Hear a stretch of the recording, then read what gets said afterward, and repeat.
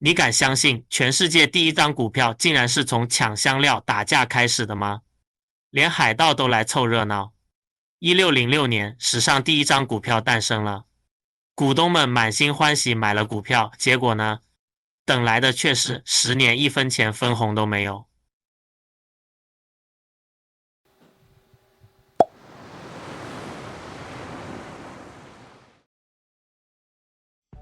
翱翔天上，俯瞰天下。帅哥美女们好，我是小莹，我是小屯。相信大家都听过股票，那股票的前世今生是怎么来的呢？一切得从一个故事说起。很久很久以前，在欧洲的某个角落，有个国家荷兰。等等，荷兰不就是那个有风车、郁金香还有木鞋的地方吗？对啊，就是那里。你知道吗？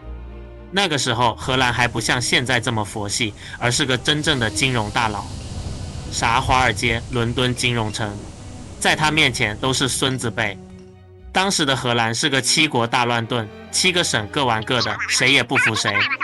一天晚上，7个荷兰仔凑一起开会，吃着胡椒牛肉，讨论怎么搞钱。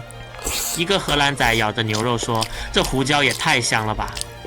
另一个猛点头，不仅香，还能腌肉，这绝对是一件宝贝啊！于是大家一拍桌子，去搞香料。可香料在哪呢？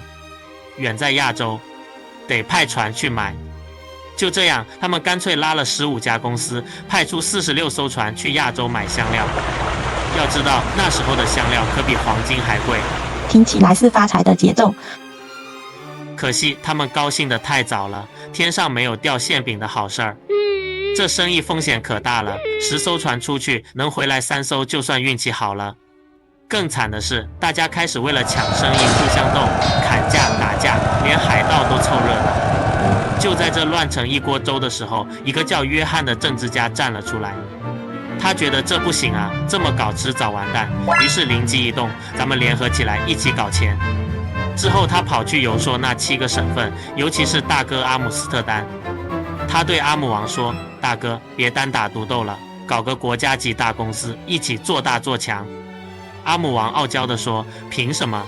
Nope. 他们都不是我的对手。”约翰连忙补刀：“你看啊，成立联合公司后，我们就能对抗英国、西班牙了，还能让你的利益最大化。”阿姆王摸摸下巴：“行是行，但我要条件，政府得保证我们公司垄断远洋贸易20年。”约翰一拍大腿，画个大饼，说道：“没问题。”就这样，世界第一家股份公司荷兰东印度公司诞生了。荷兰子们从抢蛋糕变成了共同做蛋糕，内斗的枪口一致对外。这家公司可牛了！1606年9月9日，它发行了世界上第一张股票，一张面值150荷兰盾。谁想分这块蛋糕就可以买。阿姆斯特丹人很给力，自己就买了57%的股票。买了股票的股东是不是可以分红了？不是，东印度公司规定，前10年不分红，所有钱都要拿去造船、雇人、打市场，所谓的战略扩张。10年也太长了吧？难道这些股东们可以眼巴巴看着蛋糕变大？这不惨死个人吗？没事，聪明的荷兰人脑洞一开，很快想出了解决办法。1609年，就在股票发行的3年后，他们在阿姆斯特丹搞了个股票交易所，也是世界上第一个股票交易所。蛋糕拥有者可以在这里自由买卖手上的蛋糕。这啥意思呢？简单说就是不想等蛋糕变得最大最好吃的股东可以卖给别人变现。这就是我们常说的2级市场的雏形。1级市场是发行市场，企业向投资者发股票。2级市场是流通市场，投资者之间自由交易。原来2级市场就是这样来的啊，那后来怎么样了？从此阿姆斯特丹热闹了，越来越多人对这些蛋糕感兴趣，就出现了超过1000名股票经纪人，大家忙着买卖股票，直接把阿姆斯特丹变成了全欧洲的资本中心。这时候几个荷兰仔又突发奇想，不然借点汤匙刀具给他们玩蛋糕好了，还能赚点边角料。因此他们又搞了个大事情，建立了世界上第一家现代银行。这些汤匙刀具就是用信用贷款。为了高效处理这些业务，他们建立的阿姆斯特丹银行。现代商业银行和中央银行的概念也就是从这里开始的。那爷们所说的上市公司，是不是就是放上交易所可以让人自由投资的公司？对的，到了17世纪中叶，荷兰东印度公司成了全球最强的，也是所谓的上市公司。他们的贸易额占全球一半，几乎垄断了亚洲的香料贸易，还在世界各地留下了印记。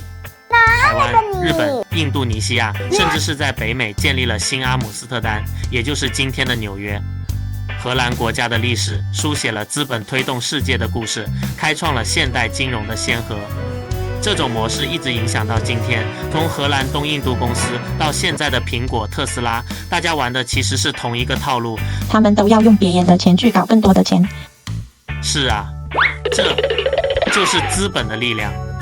好了，故事说到这儿，我们来回答一个问题：股票到底是个什么东西？简单来说，股票就是一部分的拥有权。换句话说，你买了一家公司的股票，公司就会印制一个凭证给你，你就相当于成了那家公司的小老板。所以啊，如果有朋友问你什么是股票，你可以用一句话很装逼的回答：股票就是一间公司的所有权凭证。在一大块神奇蛋糕中，也就是股票，你买了一小块，不仅有资格享受蛋糕上的奶油，也就是公司的分红，还能等这块神奇蛋糕更大、更好吃、更值钱时，高价卖给别人。那股票是怎么变高价的呢？其实股票的涨跌看的是期待值。假如你花100块买了东印度公司的股票，每年分红都赚得盆满钵满。有一天有人跑来说：“兄弟，我出200块买你的股票。”你可能心里想：“哎呦，这稳赚不赔啊，卖了。”结果刚卖完，又有人跳出来喊：“我出1000块。”这时候你可能后悔到撞墙，但也说明了一个道理：股票的价格会随着市场里大家的期待值上下波动。说到这儿，你会发现，股票不只是分红那么简单，它还是公司未来的晴雨表。有人觉得公司要腾飞了，就会赶紧高价抢股票；有人觉得危险来了，就会撒腿低价甩货。于是，市场的供需关系决定了股价的起起伏伏。所以啊，股票赚钱的套路其实就2种：一是吃分红，公司发大财，你分一杯羹；二是赚差价，低买高卖，做个聪明的股神巴菲特。但别忘了，这块蛋糕也可能变味甚至烂掉，比如公司破产，风险可是如影随形的。别让自己成了故事里被割的韭菜哦。想靠股票赚钱，千万别总想着天上掉馅饼。唯一的捷径就是不断学习，熟悉市场，带着脑子进场，不带着泪水出场。好啦，本期内容就到这儿。如果你对股票的操作技巧感兴趣，记得扣个1，我们可以专门出一系列股票投资小课堂。喜欢我们的影片，记得也要喜欢你们自己幸福的样子。小樱涂鸦带你看尽苍霞。